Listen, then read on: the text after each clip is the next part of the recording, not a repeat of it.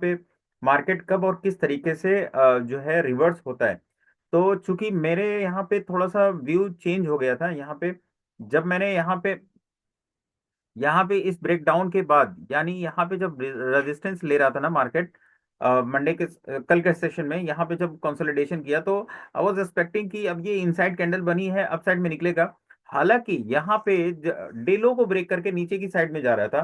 तो I was thinking about the 0.5% की गिरावट हमें अगर देखने को मिलेगी, तो फिर मैं वहां पे एक बाउंस बैक एक्सपेक्ट कर सकता हूँ या करूंगा।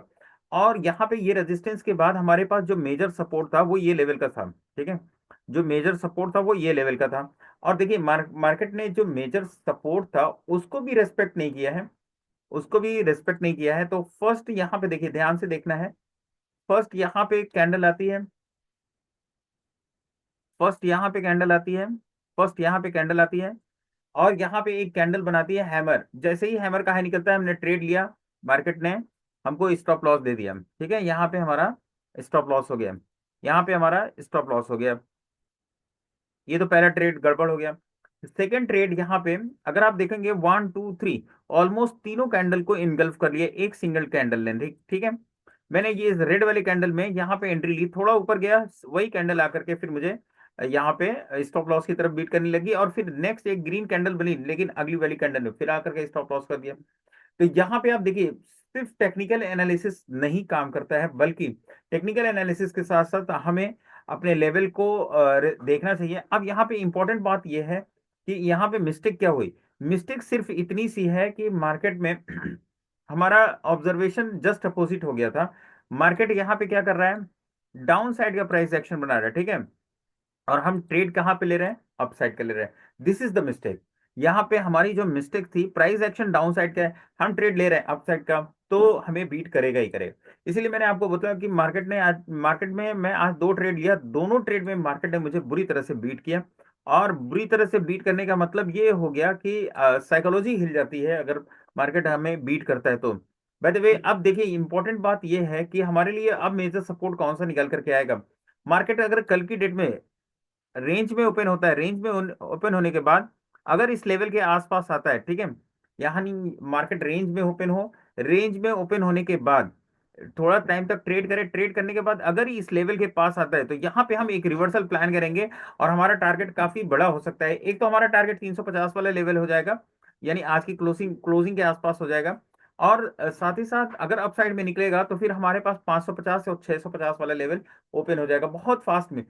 ये मैं बात क्यों बोल रहा हूं, क्योंकि अगर आप यहाँ पे ध्यान से देखोगे तो मार्केट में यहाँ वाला जो मूवमेंट था ना, ये वन वे मूवमेंट था। अब मार्केट ऐसा करेगा नहीं करेगा मुझे नहीं पता, लेकिन हम प्रीवियस हिस्ट्री के बेस पे ही हम चलते हैं। ठीक है, प्रीवियस हिस्ट्री ये कह रही है कि अगर मार्केट ने इससे पहले आपको इस सपोर्ट ने काफी अच्छा दिया था, तो सिमिलरली एक अच्छी गिरावट हो चुकी होगी, तो अब बहुत सारे लोग प्रॉफिट बुक करेंगे और market one way up side में निकलेगा। अब देखो, मार्केट कभी कभी ऐसा नहीं भी करेगा, तो आपको ध्यान देना पड़ेगा कि अगर मार्केट रेंज में ओपन होता है, रेंज में ओपन होने के बाद नीचे आता है, अगर नहीं जाता है तो क्या करना चाहिए।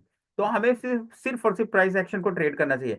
चलो अब मैं ध्यान से देखो, अगर मैं इस वाले प्रीमियम को स्टॉप लॉस यहाँ पे नहीं लेता, या इस वाले प्रीमियम को स्टॉप लॉस यहाँ पे नहीं लेता, अलग बात है कि बड़ा स्टॉप लॉस हो जाता है, लेकिन ठीक है, अगर मैं नहीं लेता तो लास्ट टाइम तक आप क्या एज्यूम कर रहे हो कि प्रीमियम यहाँ पे कुछ घट गया होता, बढ़ गया होता क्या, नहीं बढ़ता, वो प्रीमियम और भी डाउन हो गया होता है।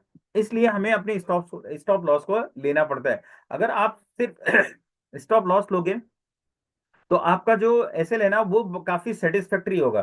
तो सिर्फ और सिर्फ हमारा स्टॉप लॉस सेटिस्फैक्ट्री होना चाहिए, दैट्स पॉइंट। उसके अलावा हमें ज्यादा दिमाग लगाने की जरूरत नहीं है। तो यहाँ पे मैंने आज दो ट्रेड लिए, दो के दोनों हमारे स्टॉप लॉस हो गए। अब देखिए यहाँ पे हम अप साइड में कब बैठेंगे, एक तो ये हो गया कि मार्केट रेंज में ओपन होने के बाद नीचे या नीचे आने के बाद अप साइड में निकले। साथ ही साथ अगर यहाँ पे एक ध्यान से देखेंगे तो एक ट्रेंड लाइन बन रही है, एक ट्रेंड लाइन बन रही है। जब तक ये मार्केट ट्रेंड लाइन का ब्रेकआउट नहीं देगा, ये वाले ट्रेंड लाइन, आज का जो ट्रेंड है ना, इस ट्रेंड लाइन को ब्रेक करके जब तक आज मार्केट अपसाइड में क्लोज नहीं करेगा, क्लोज करने के बाद सस्टेन करना चाहिए, फिर प्राइस एक्शन अपसाइड में निकलेगा, तभी ये मोमेंटम अपसाइड में देखने को मिल सकती है।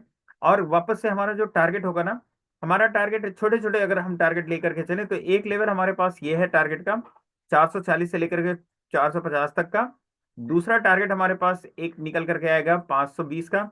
और तीसरा टारगेट फिर हमारा निकल करके आएगा ये वाला 600 वाला। ठीक है, ये 3 टारगेट अपसाइड में हो सकते हैं। अगर ये ट्रेंड लाइन का ब्रेकआउट देने के बाद मार्केट सस्टेन करता है और अपसाइड में निकलता है, तब ये तीनों टारगेट अपसाइड में देखने को मिलेंगे। अगर मार्केट में थोड़ा रिस्की ट्रेड लेना है, मार्केट में अगर एक रिस्की ट्रेड लेना है कल की डेट में, तो मैं आपको ये बोलूंगा कि अगर रिस्की ट्रेडर है या रिस्की ट्रेडर है, तो आपके लिए बेहतर ट्रेड ये होगा कि मार्केट रेंज में ओपन हो, रेंज में ओपन होने के बाद जैसे ही डे लो को निकालेगा ना, तो आप वहां पे एक डाउन साइड का ट्रेड ले सकते हैं। यहाँ पे 100 एंड 200 पॉइंट वन वे मिल जाएगा।